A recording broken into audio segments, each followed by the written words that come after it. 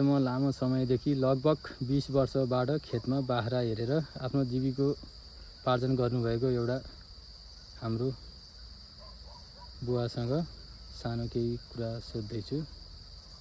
तपाईले हेर्न सक्नुहुन्छ। नमस्ते बुवा, तपाईले बाख्रा हेर्न लाग्यो कति वर्ष जति हुन लाग्यो? 20 वर्ष हो। 20 वर्ष है? सुरुमा कतिवटा बाख्राबाट थालनी गर्नुभयो?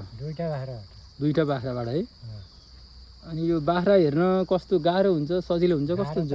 गाह्रो हुन्छ, बाघ आउँछ, पानी आउँछ, झरी लाउँछ, जुका लाउँछ, धनिया टाइममा बिक्री हुन्न हैन। अनि त्यहाँबाट सस्तो खोज्छन्, चोरेर लान्छन्, पिट्न आउँछन्, जबरजस्ती गर्छन्। अनि के अरे तिमीले भनेको पैसा नदिने अनि बाटा समातेर पिट्छन्। धेरै गाह्रो छ। यो बाख्राबाट कस्तो आम्दानी कस्तो हुन्छ तपाईलाई? आम्दानी केही नि छैन। केही छैन है? हुन्थ्यो होला। सबै डाँगाहरूले चाहिँ नि लुटेर खाइदिन्छन् अनि हुँदैन। कस्तो डाँगाहरू भन्नाले कस्तो प्रकारका डाँगाहरूले लुटेर खाए? हजुर, गाउँ घर आइमै त चोर्न हिँड्न थालिसके। यहाँ कोही छैन।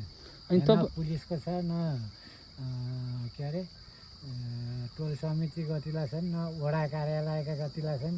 यी सबै चोर हुन्। अनि तपाईँले यस्तो थाहा पाउँदै अनि तपाईँले पुलिसमा निवेदन गर्नुपर्ने थियो। सरकारी निकायहरू थिए, कतै त्यता जानु भएन? सरकारी निकाय पुलिस सबै मिलिया नि, सबै कोही पनि आउँदैन। निवेदन दिएको 1 महिना हुँदा नि कसैले वास्ता गर्दैनन्। भन्न खोजेको तपाईँले नेपालको नियम कानुन भनेको सब केही होइन। केही होइन। यो नेपालमा बस्न पनि हुँदैन। हजुर, बुढो भएपछि विदेशको बोर्डरबाट जान नि दिएनन्।